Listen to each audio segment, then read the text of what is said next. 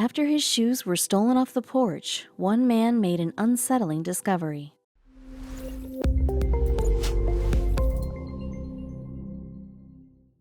Though 2020 has seen its share of unbelievable events, in late July, one city was captivated by a strange situation on a smaller scale.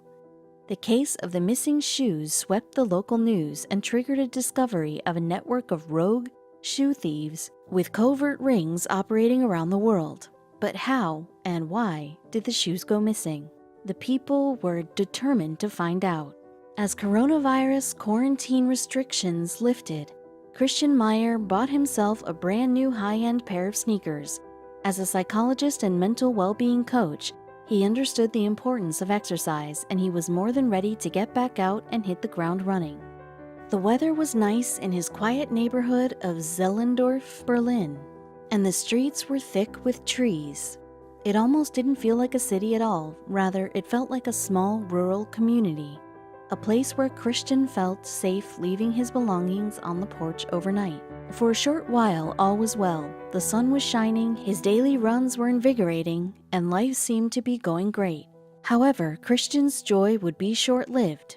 One morning, he went out onto his porch and got a bad surprise. One of his very expensive new sneakers, which he'd left by the door, was missing. Confused, Christian looked around to see if it had fallen off the porch or if he'd kicked it into a bush by mistake, but the shoe was nowhere to be found. Luckily, Christian was close with his neighbors, so he began asking around to find out if they'd seen anything. Perhaps a young prankster had come up and collected his single shoe, but nobody had witnessed the crime.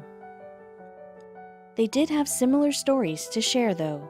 Some neighbors also complained that they discovered missing shoes recently, but until Christian called attention to it, they chalked it up to their own absent-mindedness. Now a mystery was beginning to form. With multiple reports of missing shoes, Christian couldn't help but to investigate further.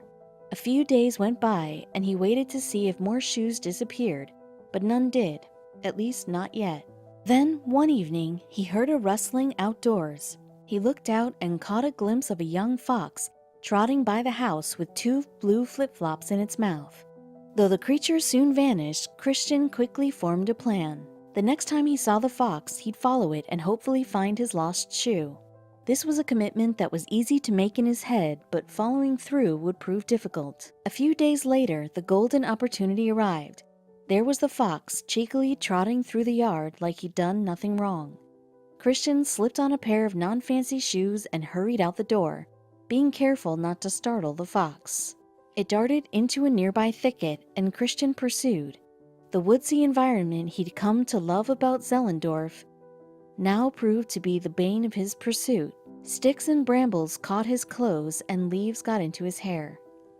He had followed the fox through the dense underbrush for nearly an hour, and was almost ready to give up when the animal slowed down near a divot in the ground. As Christian drew closer, he realized what it was: the fox's den. While the fox hid, he crept up and took a peek, and he couldn't believe his eyes. The den was full of shoes, almost 100 of them, and hardly any 2 were a match. Strangely enough, the fox seemed to prefer Crocs, as nearly every color of Croc was represented. Christian retrieved the shoes in bundles and brought them into a clearing. After he laid them all out, he contacted his neighbors who told him of their similar problem, and they were able to come identify and retrieve their lost shoes. Sadly, Christian's missing fancy sneaker was not among those found, but there could be other fox thieves nearby. The town of Foren in western Germany had a similar problem, in which a mother fox stole 120 shoes in a single night for her cubs to play with. A writer in London, who was particularly frustrated with foxes in his garden, woke up one morning to find 7 mismatched shoes placed neatly in the middle of his lawn. Similarly, a woman in Melbourne caught video footage of a fox stealing 3 boots off her porch. In an even cleverer heist, a Japanese pair of foxes with a taste for sandals was discovered working as a team to steal over 40 pairs. It took 5 Kyoto police officers to surround the duo and rein them in before the spoils could be returned to their rightful owners. Why have the sly creatures done this? It seems that, like dogs, they like to chew on the shoes, As most of the footwear Christian found had been mildly gnawed, Crocs seem like they have a good, springy texture for chewing. Fox cubs go through teething phases, and it's likely that the shoes help alleviate discomfort as the young animal's sharp incisors are growing. Regardless of the reason, you can avoid a similar fate for your shoes by just storing them indoors. We're not sure how foxes discovered that shoes were nice to chew on, but they've been known to play with dogs who might be the worst shoe chewers of all.